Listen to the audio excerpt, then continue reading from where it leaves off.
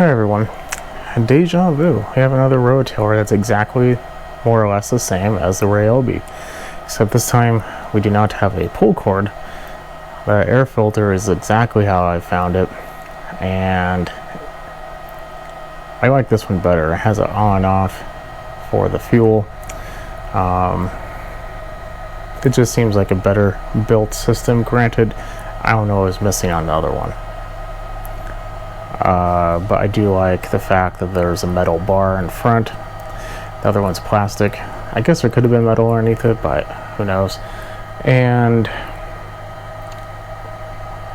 yeah, that's really, it just seems like a better built machine. That could just be my bias though, so I'm not going to continue on that one too much. But so we have a dilemma.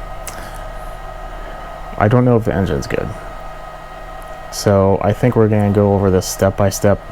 I might just clean the carb anyway, because I just ordered a carb for a engine exactly like this. That is, I'm waiting for, and I'm going to finish a video on that later. If this engine's bad, I'm just going to cancel that order, clean the carb, and put it on that. But we're getting ahead of ourselves. First things first, we need to take off this cover. And I at least want to see if the engine has compression. If the engine doesn't have compression, then we're going to not even bother. I'm going to look at the oil. If the oil's good, then we'll continue on. So I guess this might be a very short video. Broken pull start. It's a rough one, because you can't really test it. I mean, you can't. You could take the cover off of the side and, you know, try to rotate the engine on the other end, but that's a little difficult. Has a new filter, well, at least it looks new on the outside. It's also bent. I was hoping that this wasn't bent, but it is.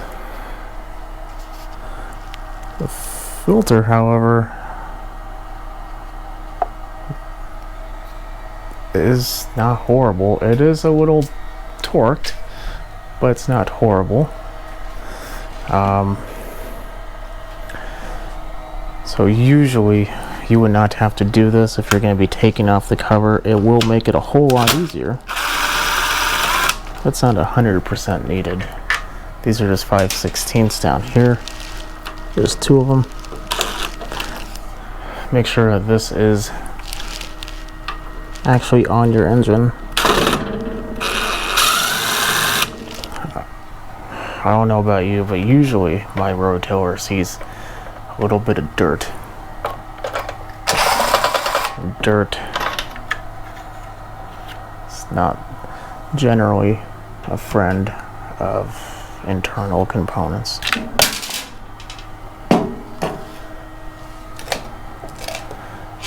Okay. So the fuel is on right now. I'm going to turn that off. I don't even know if there is fuel in here. Wow, that gas cap is on there. Good.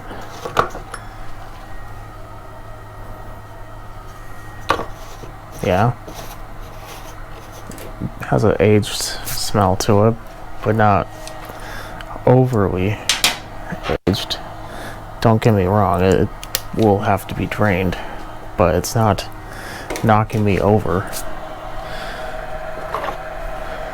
Usually, rototillers, unless you use them professionally or you have an insanely large garden, they don't really get used more than, I don't know, a few times a year, maybe. Maybe if you rototill your garden in the spring and then again in the fall time to kind of put it back to bed. Maybe a lawn renovation or two, stuff like that. But even then, you're not running them for hours upon hours upon hours. It's not like a lawnmower where you could use it for an hour every time you use it, 3, 4, 5, 6 times a week or month. I'd hope you're not doing it per week.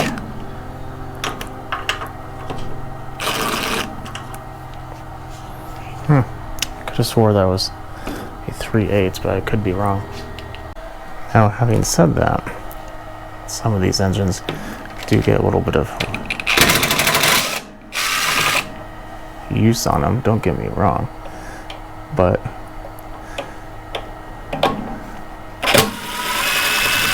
out of your shed of lawn equipment, I'm pretty much willing to bet that your rototiller is not your most used item.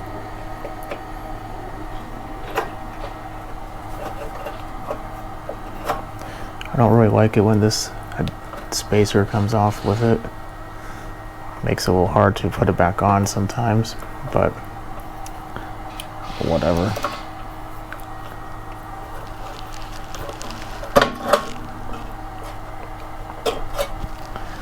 Okay, now we have that off, I'm gonna get the cleaning started because, let's continue on.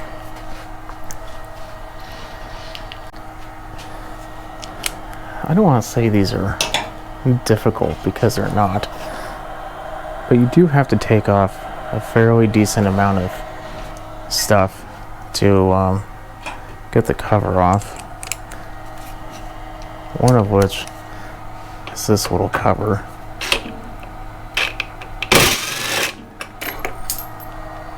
We don't want to lose that.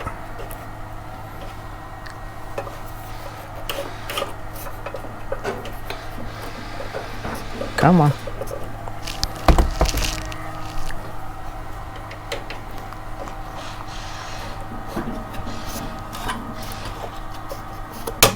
There we go. Did it break? No. Okay, good. Wow, that has little to no tension on it.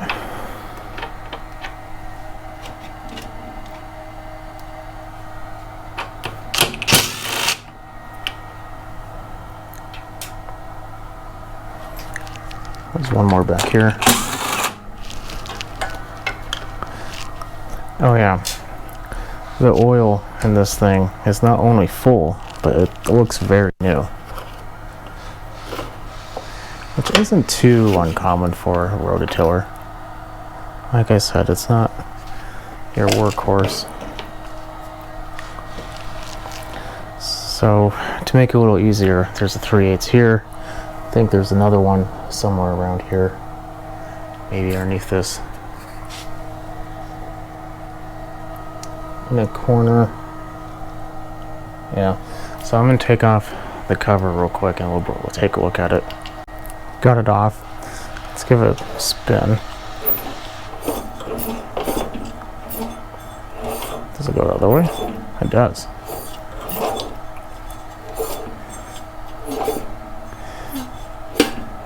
Yeah, I don't suspect that there is a engine problem here.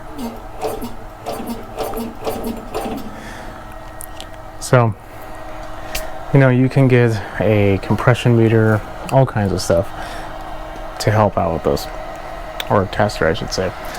But there is an old Briggs & Stratton manual. Now granted, it is old, and granted it was not meant for the engine of this type, but it is meant for a 4-cycle, and you know, let's face it, 4-cycle engine, with the exception of overhead valves, really haven't, at least in small engines, changed all that much over the course of time.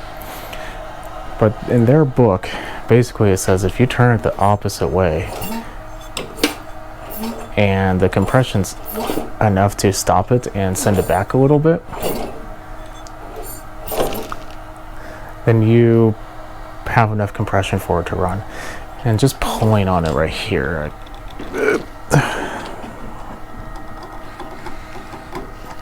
it's borderline stuck. No, it's not. It just has a decent amount of compression in it.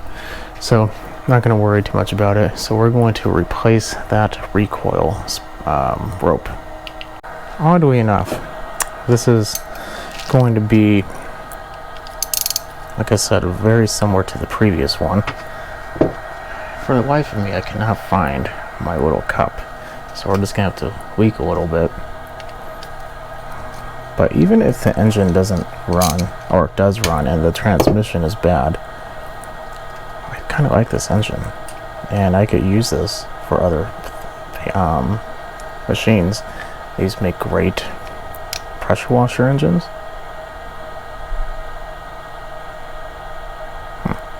It's very bright. I don't know if this is the reason why. There's a little bit of junk in there. Finally. That looks very clean. I don't even know if this is the OEM carb. Usually there's a Briggs & Stratton logo or something on it. There is. I think this might be a time I'm just going to blow through all the passageways and the jet, drain the fuel, and consider that a good cleaning. I'm sure people who paint often are probably going to laugh at this, but never really thought about it, but it makes sense. Gasoline makes a great way to get paint off your hands. I was spray painting a project that I'm not going to get into, but I got a little spray paint on my hands. And now it's, well, not clean, but not painty. So that's all blown out. Blew through all the little passageways. Blew through the jet. I did hear like a psst through the jet, so it might have been plugged. I'm still going to drain the fuel though, and we'll work on that recoil. So, as a point of reference, that's the fuel that came out of it. It's aged, like I said, not super bad. So I gently measured the other piece of string because I did get the other end, and I cut another string that was about the same size. But now you take this one out.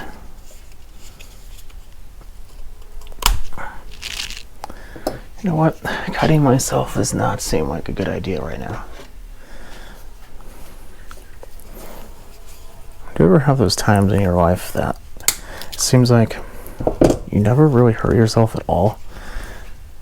And then like 1 week goes by. It's like you're dealing with like 4 different injuries.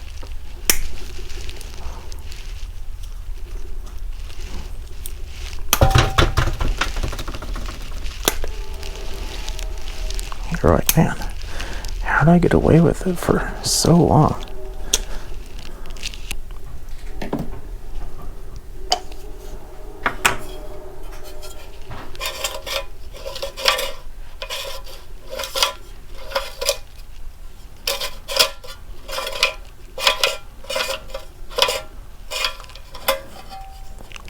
Okay, so 1, 2,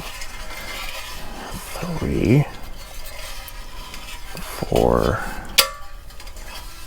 Let's say we're pushing it at that one.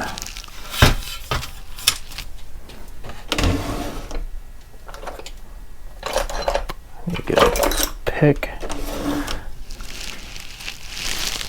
Where's the hole?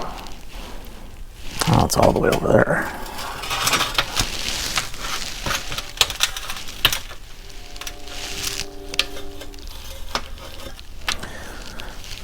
I do like the ones that have these very tight spaces in there. It makes it a lot easier to find a good mounting point. Except I did not even see the right hole.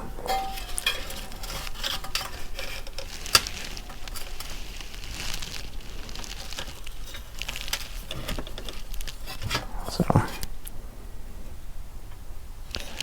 right there, goes in there.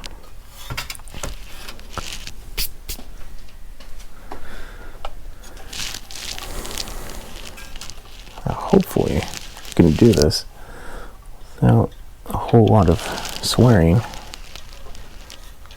Aha. The trick is to take a torch, burn the end, and you have to be fast, and you just do this. Kind of, it will just kind of bubble up and get fat in the end, and that just kind of pushes the hot plastic towards, just out. Makes it a lot thinner. And you do get melted string on your fingers, but it's not that bad. Guarantee you will survive. Unless you have gasoline on your hands, don't do that. That is not conducive to good longevity and health.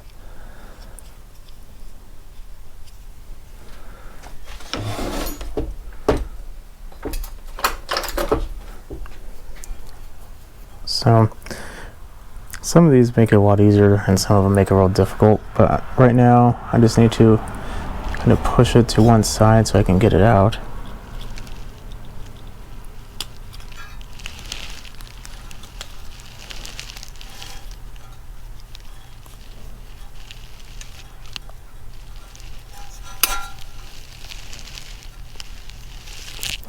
You know what? I think a semi-thin screwdriver will be assistance.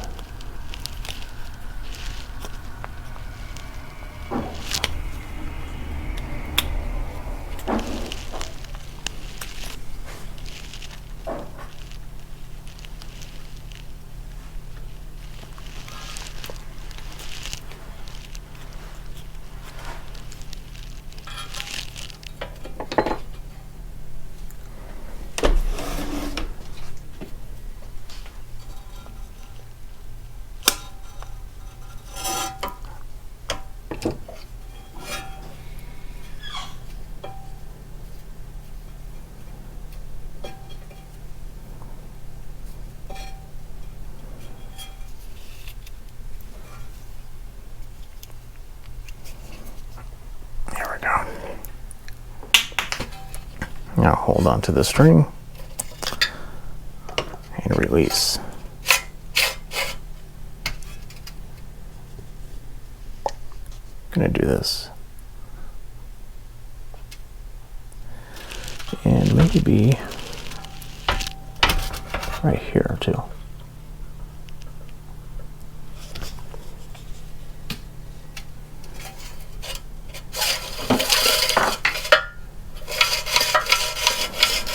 Okay, time to put it back on.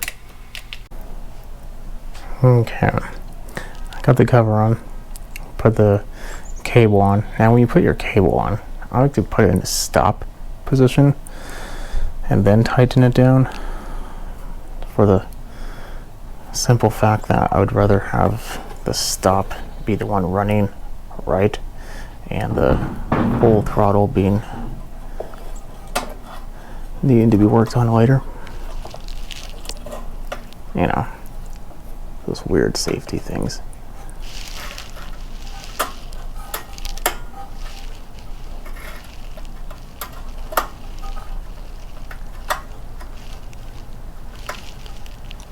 I hate these little springs. They're not easy. Okay, where's the pliers?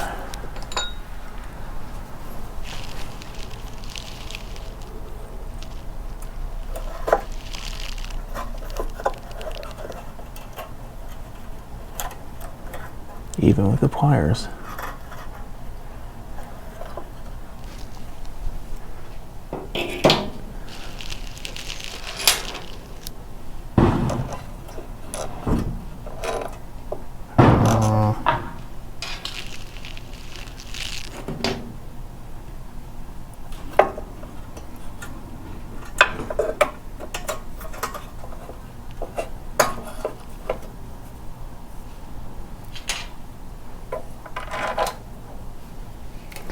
Oh, yeah, these are 10mm.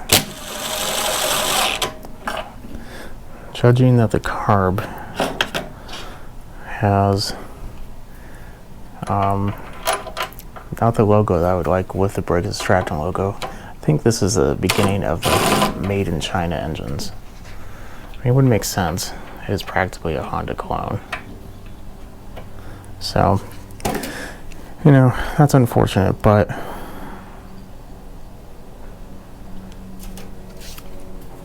no, it is what it is. They're still good engines. Man, this is not the 10mm I need for that angle.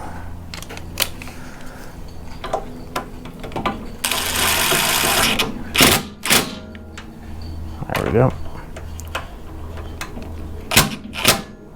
There we go. Fuel line.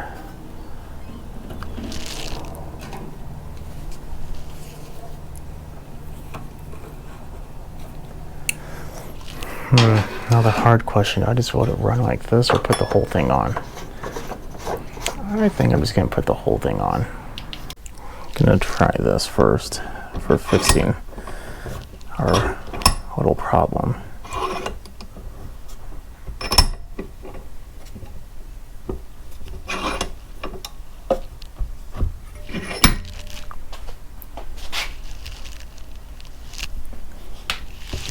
This is the piece that the air filter would go on.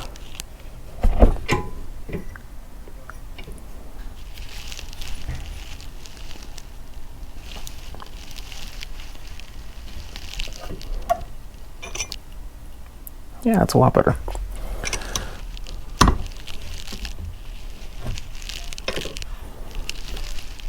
There we go. Oh, excuse me. Well, yeah, the air filter too, but mainly the cover. Okay, let's put this back on. Okay, moment of truth. So we know it has oil. Air filter is very clean. It's no longer bent. Carb we saw was very clean. Blew it out anyway, just in case. Did hear that psst noise. It usually means that something was in there. There was a little bit of trash, but nothing like insane. The only thing I would say is a little rough on this is the shifting, but it's really not even that rough.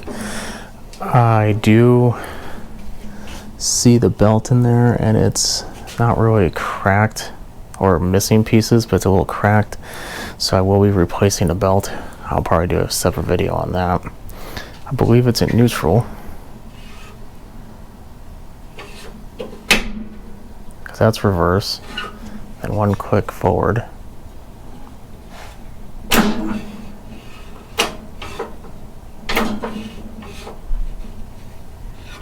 Should be neutral. Okay. Yeah.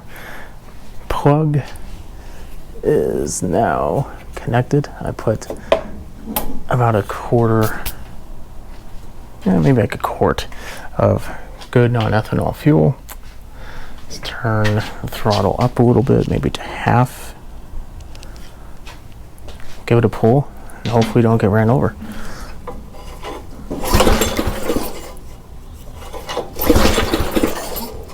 Choke would probably help. Oh, I forgot to put this on there too.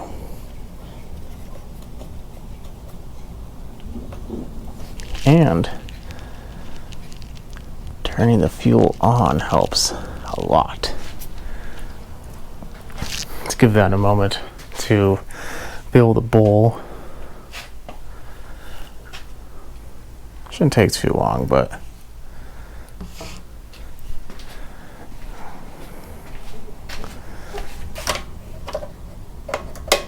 okay, good. Like usually it goes all the way.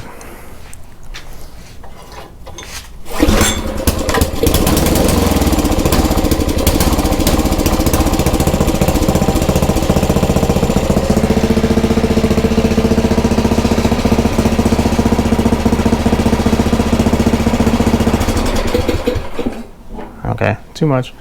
Let's try that again. See if it can take enough choke. Nope.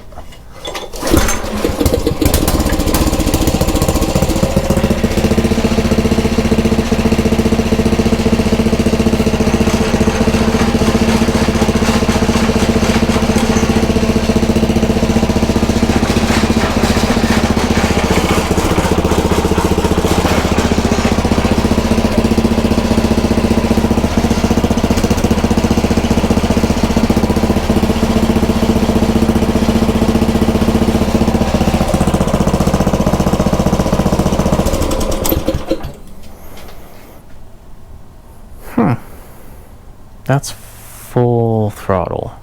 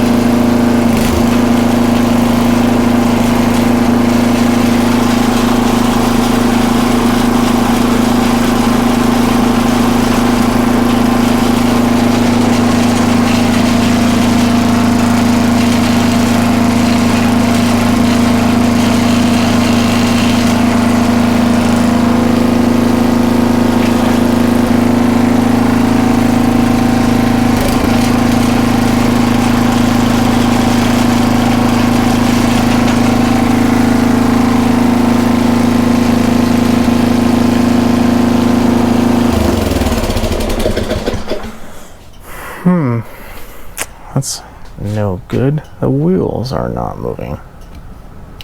Yeah, I think it's toast, but find out. Tries again.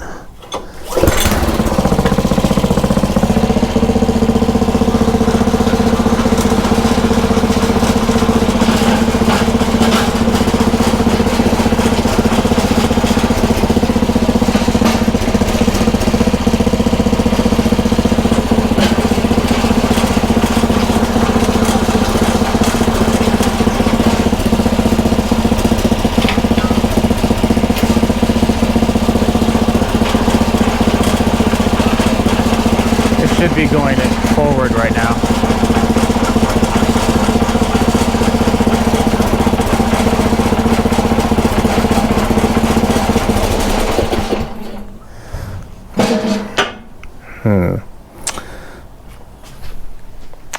Yeah, that's no good. So, the wheels do not work. And it's not like the shaft is moving either. It spins freely. But the tines work. Just want to make sure there's not like a lock I'm just not remembering or seeing. That wouldn't be it.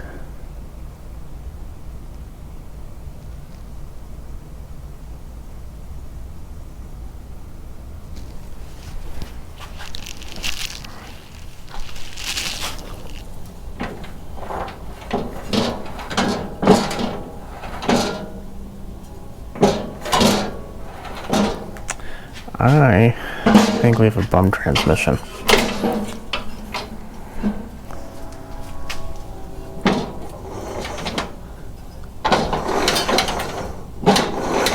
So I can hear the pulley moving inside, so that's fine. The tines themselves work, but the wheels do not. I have to do a little thinking.